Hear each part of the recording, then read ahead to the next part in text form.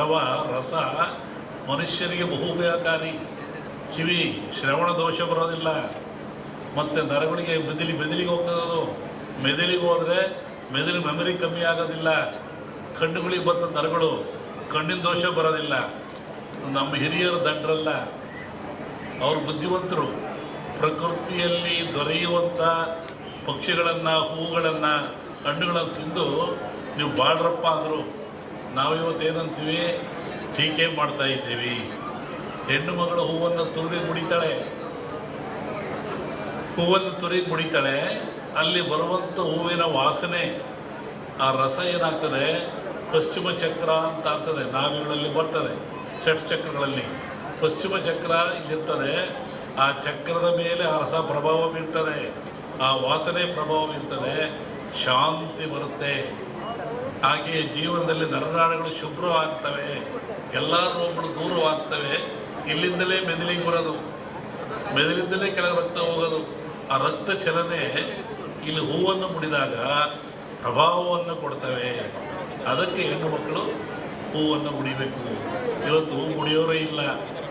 ಹೂ ಮುಡಿಯೋದು fashion ಅಂತ ಕಾಲ ಬಂದಿದೆ. ಹಾಗಾಗಿ ನಮ್ಮ ಹಿರಿಯರ ಕಲ್ಪನೆ, ಚಿಂತನೆ ಮನುಕುಲಕ್ಕೆ ಉದ್ಧಾರವಾಗ್ತಕ್ಕಂಥದ್ದೇ ಹೊರತು ಕೆಡದಾಗ್ತಕ್ಕಂಥದ್ದಲ್ಲ. ಅವೆಲ್ಲ ದೂರ ಆಗ್ತಾ ಇದೆ. ನಮಗೆಲ್ಲ ಒಳ್ಳೆ ಹಾಸ್ಪಿಟ್ಲ್ ಬೇಕು, 5 ಸ್ಟಾರ್ ಹಾಸ್ಪಿಟ್ಲ್ ಬೇಕು. ದುಡಿತೀರಾ ಭಾಳ ದುಡಿತೀರಾ, ಗಳಿಸ್ತೀರಾ, ಕೊನೆಗೆ ಎಲ್ಲಿ ಕೊಡ್ತೀರಾ? ಡಾಕ್ಟ್ರಿಗೆ ಕೊಡ್ತೀರಾ. ದುಡಿದದ್ದು ಯಾತಿಗೆ? ಹಗಲು ರಾತ್ರಿ ದುಡಿದ್ರಿ, ಭಾಳಷ್ಟು ದುಡಿದ್ರಿ, ಸಂಪಾದನೆ ಮಾಡಿರಿ, ಆಮೇಲೆ ಕೊನೆಗೆ ಡಾಕ್ಟ್ರಿಗೆ ಕಟ್ತೀರಾ. ಅದಕ್ಕೆ ದುಡಿಮೆಯನ್ನು ಯಾಕೆ ದುಡಿಬೇಕು, ಯಾಕೆ ಬದುಕಬೇಕು, ಈ ಪ್ರಕೃತಿ ಕೊಡ್ತಕ್ಕಂಥ ಗಿಡ ಮೂಲಿಕೆಗಳು ಉಪಯೋಗ ಮಾಡಿ ದೀರ್ಘಾಯುಷ್ಯವಾಗಿರಬೇಕು. ಇದು ಬಹಳ ಮುಖ್ಯವಾಗಿರ್ತಕ್ಕಂಥದ್ದು. ಅಶ್ವತ್ಥ ಮರ ಅಂತಾರೆ, ಅರಳಿ ಮರ ಸೊತ್ತು ಅಂತಾರೆ. ದೇವರು ಅಂತೀವಿ ನಾವು. ಯಾಕೆ ನೀವು ನಂಬಲಿ ಅಂತ. ದೇವರು ಇದಪ್ಪ, ನಾನು ಸುತ್ತೋರಿ ಮಕ್ಕಳಿಂದರಿ ಮಕ್ಕಳಾಗ್ತವೆ, ತಲೆ ಕೆಟ್ಟರಿಗೆ ಒಳ್ಳೆಯದಾಗ್ತದೆ, ಅಲ್ಲೇ ಕೂತ್ಕೊಂಡ್ರೆ ನಾಗನ ಕಟ್ಟೆ ಇದೆ, ಅದು ಒಂದು ಚಿಂತನೆ. ಆದರೆ ಅಶ್ವತ್ಥ ಮರ ಯಾಕೆ? ಅದು ದಿನದ 24 ಗಂಟೆಯಲ್ಲಿಯೂ ಸಹಿತ ಆಮ್ಲಜನಕವನ್ನು ಕೊಡ್ತದೆ. ಪಂಚತಾರಾ ವೃಕ್ಷಗಳು ಅಂತ. ಈ ಪಂಚತಾರ ವೃಕ್ಷಗಳು ದಿನದ 24 ಗಂಟೆಯಲ್ಲೂ ಆಮ್ಲಜನಕವನ್ನು ಕೊಡ್ತವೆ. ಯಾವುವು? ಅಶ್ವತ್ಥ, ಆಲ, ಬೇವು, ಬಿಲ್ವಪತ್ರೆ, ಅಶೋಕ ಟ್ರೀ ಅಂತಿರ್ತಾನವಲ್ಲ, ರಸ್ತೆಯಲ್ಲಿ ಹಾಕಿದ್ದಾರೆ ಉದ್ದಕ್ಕೆ. ರಾಜರು ಹಾಕ್ತಾಯಿದ್ರು, ಈಗೆಲ್ಲ ಕಡಿಸ್ತಾ ಇದ್ವಿ ನಾವು ಸಾಲ ಮರಗಳು ಅಂತ. ನಾವು ಚರಿತ್ರೆ ಓದಿದರೆ ಅಶೋಕ ಚಕ್ರವರ್ತಿ ಸಾಲ ಮರವನ್ನು ನಡೆಸಿದ. ಯಾತಕ್ಕೆ ನಡೆಸಿದ? ಅವ ಬಸ್ಸಲ್ಲಿಲ್ಲ, ಕಾರಲ್ಲಿಲ್ಲ, ಗಾಡಿ ಇರಲಿಲ್ಲ, ನಡ್ಕೊಂಡು ಹೋಗ್ತಾ ಇರೋದು ನೆಳ್ಳಾಗಲಿ ಅಂತ. ನೆಳ್ಳಾಗೋದು ಒಂದು, ಅಲ್ಲಿ ಬರುವಂಥ ಗಾಳಿ ಆಲ 24 ಗಂಟೆಯಲ್ಲೂ ಆಕ್ಸಿಜನ್ ಕೊಡ್ತದೆ. ಅದು ಒಳ ಗುಟ್ಟದು. ಈ ಅಶ್ವತ್ಥ 24 ಗಂಟೆ ಕೊಡ್ತಕ್ಕಂಥದ್ದು.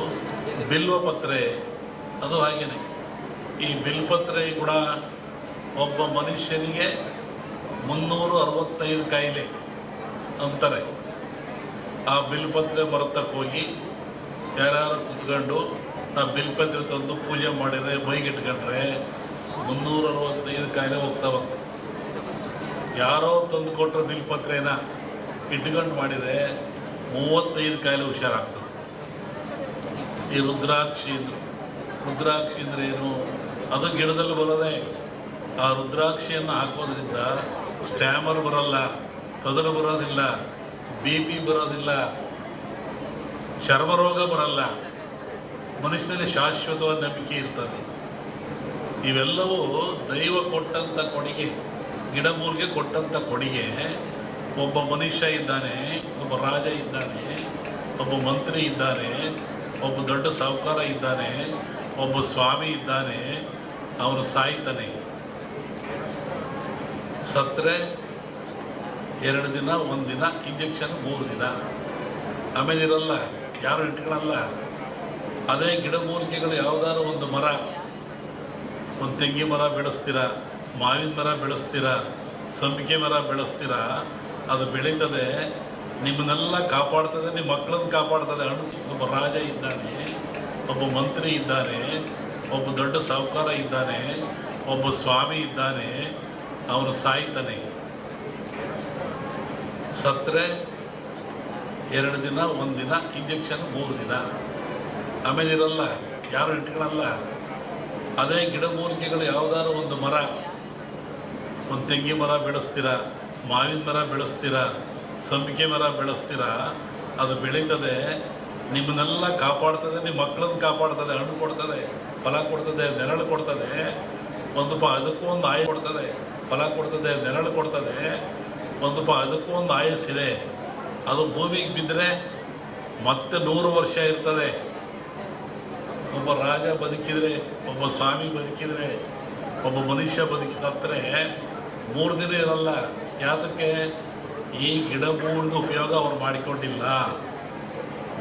ಬಗ್ಗೆ ಬರುವಂಥದ್ದು ಈ ಕೊರೋನಾ ವಾಯುವಿಂದ ಬರೋದಲ್ಲ, ವಾಯು ಮಾಧ್ಯಮ ಅಲ್ಲ ಇದಕ್ಕೆ. ಕೊರೋನಾ ತೂಕವಾಗಿರುತ್ತಿದ್ದು, ತೂಕವಾಗಿರೋದ್ರಿಂದ ಕೆಮ್ಮಿದರೆ, ಕೆಕ್ಕಿಸಿದರೆ, ಉಗಿದ್ರೆ ಕಫ ಬಂದು ಆ ಕಫ ನಮ್ಮಲ್ಲಿ ಬರ್ತದೆ, ವೈರಸ್ ಅಂತ. ಈಗ ನೆಕ್ಸ್ಟ್ ಇದು ಇನ್ನೊಂದು ಸ್ಟೆಪ್ ಏನೋ ವಾಯು ಗಾಳಿಯಿಂದ ಬರುವಂಥದ್ದು. ಅದು ಬಂದು ಮಾನಸಿಕ ವಾಸ್ತೆ ತರುವಂಥ ಕಾಯಿಲೆ ಇದೆ. ಅದ್ರ ಬಗ್ಗೆ ಇನ್ನೂ ಒಂದು 2-3 ತಿಂಗಳು ಕಳೀಬೇಕು ಅದರಲ್ಲಿ. ಅದು ಒಟ್ಟು ಮನುಷ್ಯ ಎಚ್ಚರವಾಗಿದ್ದು ಆರೋಗ್ಯ ಕಾಪಾಡ್ಕೊಂಡು ಸ್ವಚ್ಛತೆಯನ್ನು ಕಾಪಾಡ್ಕೋಬೇಕು ಮನುಷ್ಯ. ನೈರ್ಮಲ್ಯವನ್ನು ಕಾಪಾಡ್ಕೋಬೇಕು, ಅದು ಭಾಳ ಮುಖ್ಯವಾದ್ದು. ನಾವೇನು ಹೇಳೋಕ್ಕೋ ಅದ್ರ ಬಗ್ಗೆ. ಅದು ಹಾಗೇನಿಲ್ಲ.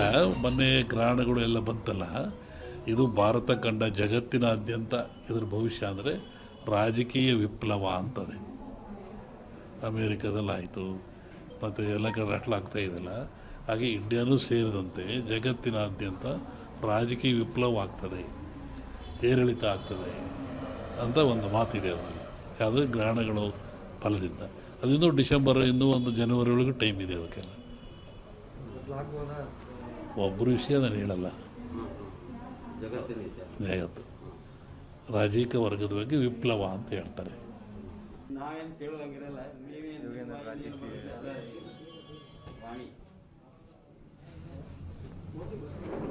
ಜಗತ್ತಿನಲ್ಲಿ ಅತ್ಯಂತ ಶ್ರೇಷ್ಠ ಜ್ಞಾನ ವಿವೇಕವುಳ್ಳದ್ದು ಯಾವುದು ಅಂದರೆ ಮನುಷ್ಯನಿಗೆ ಬುದ್ಧಿಶಿದೆ, ಜ್ಞಾನ ಇದೆ, ತಿಳುವಳಿಕೆ ಇದೆ ಅಂತ ಹೇಳ್ತಾರೆ. ಅಂಥ ಮನುಷ್ಯ ಆಗಾಗ ಅಜ್ಞಾನಕ್ಕೊಳಪಟ್ಟರೆ, ಅವಿವೇಕಕ್ಕೊಳಪಟ್ಟರೆ, ತನ್ನ ಆಚಾರ ವಿಚಾರಗಳನ್ನು ಕಳ್ಕೊಂಡ್ರೆ ಅಂತಹ ಮನುಷ್ಯ ಎಚ್ಚರಿಲಿಕ್ಕಾಗಿ ಜಗತ್ತಿನಲ್ಲಿ ಕಾಲದಿಂದ ಅನೇಕ ರೋಗಗಳು ಬರ್ತಾ ಇದ್ದಾವೆ, ಕಾಯಿಲೆಗಳು ಬರ್ತಾ ಇದ್ದಾವೆ. ಈ ಬರುವಂಥ ಕಾಯಿಲೆಗಳು ಮನುಷ್ಯನಿಗೆ ತಿಳುವಳಿಕೆ, ಜ್ಞಾನ, ವಿವೇಕ ಮೂಡಿಸ್ತಕ್ಕಂಥದ್ದು. ಹಾಗೆ ಈಗಲೂ ಬಂದಿರತಕ್ಕಂಥದ್ದು ಕೊರೋನಾ ಅಂತೇಳಿ.